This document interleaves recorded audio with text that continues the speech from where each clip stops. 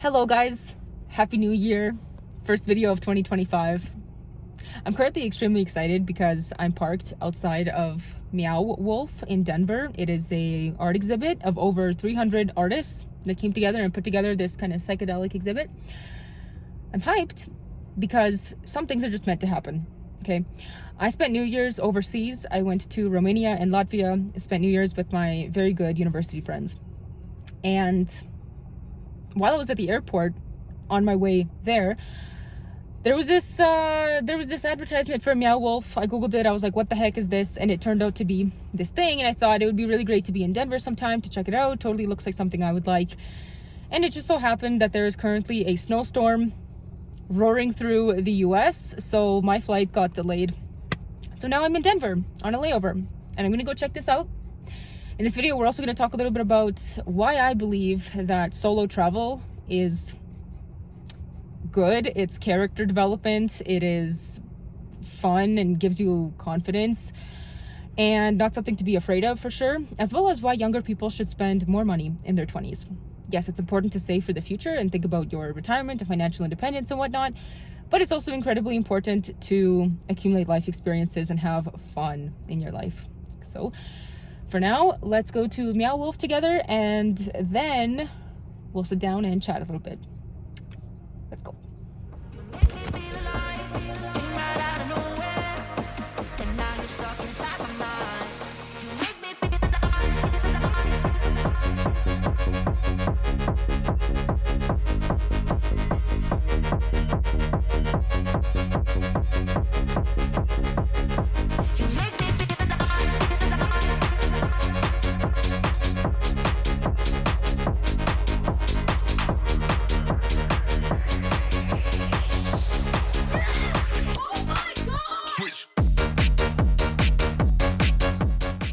The key to these mirror mazes, I realized, is to just look at the floor.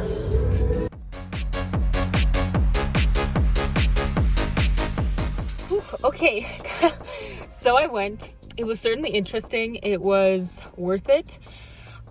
Even though I was 100% sober there, I still had times when I felt like, damn, I'm really like feeling my brain be stimulated. So I can't even imagine what it's like for kids. I imagine it's really interesting for children to go in a place like that. Probably feels like a different world. If you're in Denver, yeah, I recommend checking this place out. I think some of the art was, don't get me wrong, most definitely a lot of effort was put into that, and I appreciate the effort, but I do feel like some of the art was a little bit tacky at times. However, the exhibit in total was cool. Also, the gift shop was really cool as well. I'm definitely a sucker for just beautiful things, and there was a lot of creative, cool things. So I got this sticker for memory. I see sparkly. I like sparkly. I'm gonna put that in my notebook. And I got this adorable hat, which certainly sparks joy in me. You know how sometimes you see an item and you just can't pass it up because you're like, yeah, that's totally something that resonates with me, that speaks to me. All right, this camera's not balancing. Come on. Got it. Okay, so I got this hat.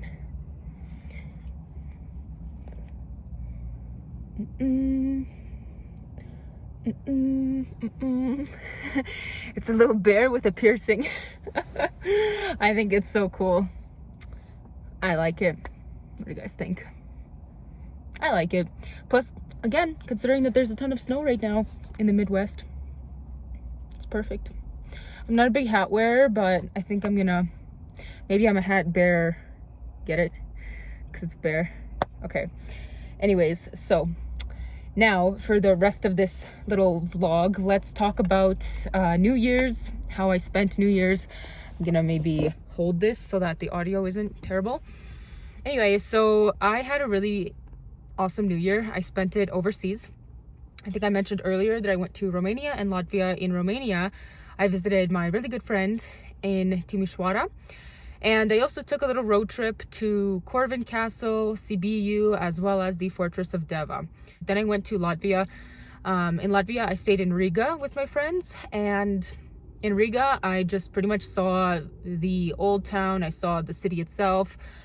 What I like about these European cities is that they're so easily walkable. You really don't need a car to get around that much to still see a lot and appreciate the different style of architecture and whatnot and the different people compared to what we have in North America here. I like to travel solo because, of course, it's really fun when you have somebody with you. If you have like a friend or significant other with you, it's really fun. But solo, you can build your itinerary all by yourself. Typically, my strategy for exploring new places, whether I have a car or not, is I like to first of all go to the center of the city so that I can get just a general idea of what the vibe is. Then, if there's a tour bus available, 100% I'm going on the tour bus. I love to see the sightseeing spots and also learn a little bit of history, gain a little bit of context of wherever I'm at, because it's really nice to know what you're looking at. When my friend and I went to Greece together, shout out, it was awesome because she's a big history buff and she was able to tell me a lot about the archaeological sites. So it really enhanced the experience. It's kind of like watching a movie. If you have the historical context, if you can pick out symbolism and literary elements and whatnot, the movie just becomes like you're basically watching it in color, if that makes sense. It becomes a lot more interesting. It gains a lot more depth. So I think traveling is the same. I completely forgot to talk about why solo travel builds character. Solo travel, first and foremost, builds character because it's very valuable to know how to keep yourself busy and how to enjoy your own company. Also, when you run into challenges or obstacles, like if you, let's say, don't speak the local language, or if you have to be bold and come up to a total stranger and ask for directions because your phone died, or maybe even problem solve, look out for a map or look out for clues, understand how to navigate the environment. I think it's a fun puzzle to put together, and certainly at the end of the day, having done all of these little side quests, you do feel quite accomplished. And I personally become very energized from that. And I think it's a valuable experience for developing independence. So solo travel, totally recommend it.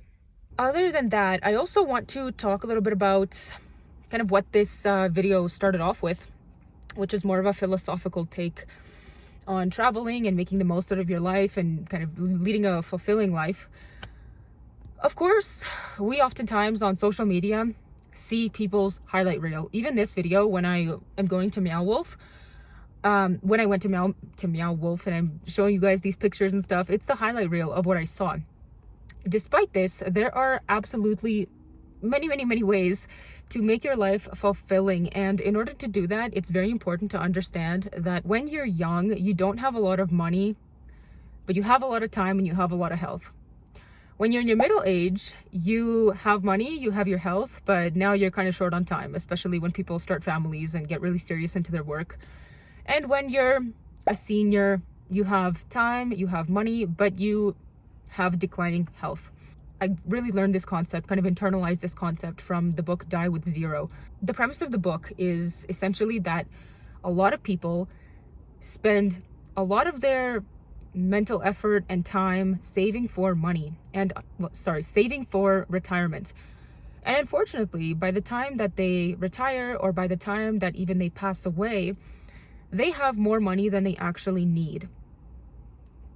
All of that money, if spent earlier, could have been used to lead a more fulfilling life, to gain more life experiences. And the author makes a strong argument for young people, especially people in their 20s. Although we're the demographic that technically, statistically has less money than people in their 30s, 40s, 50s, we have, basically the world is our oyster. If you're a healthy 20-something-year-old, if you have a little bit of money to spend on accumulating experiences, you can get more out of that ski trip, out of that hiking trip, even out of something like skydiving or any other physical activity, because you have your health, you have more energy. The author even developed an app with his team that predicts your life expectancy and draws out a curve of how much money you should spend with each passing year. I personally don't want to take that test. I don't really want to think about life expectancy. Seems a little bit morbid to me. But the whole premise of allowing yourself to enjoy life when you have your health, when you have free time, and making memories are invaluable.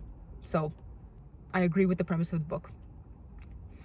Of course, it's important to find a good balance between striving for financial independence, ensuring that you're saving, and having fun.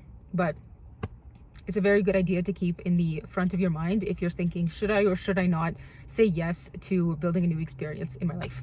The book also talks about, it's very interesting, I never thought about it before, but the author talks about how when people pass away, oftentimes their inheritance is inherited by their children, who are now later on in life themselves. So I think the average age of inheritance is in around the 50s or 60s, when really kids of parents can benefit a lot more if they got that money in their 30s or 40s, when they were achieving more costly milestones in their life, such as starting a family or purchasing their first home. Perhaps they could have benefited from the money more earlier on in life. They didn't have to wait until their parent passed away. And the same thing applies to charity as well. People today can benefit just as much from charity versus donating a big lump sum of money in the future to a charity. So anywho, that is going to be the end of this video. I hope you guys enjoyed. Feel free to drop a like if you got any value out of this video. Feel free to leave your thoughts down below. And I will see you in my next video. Thank you guys. Bye.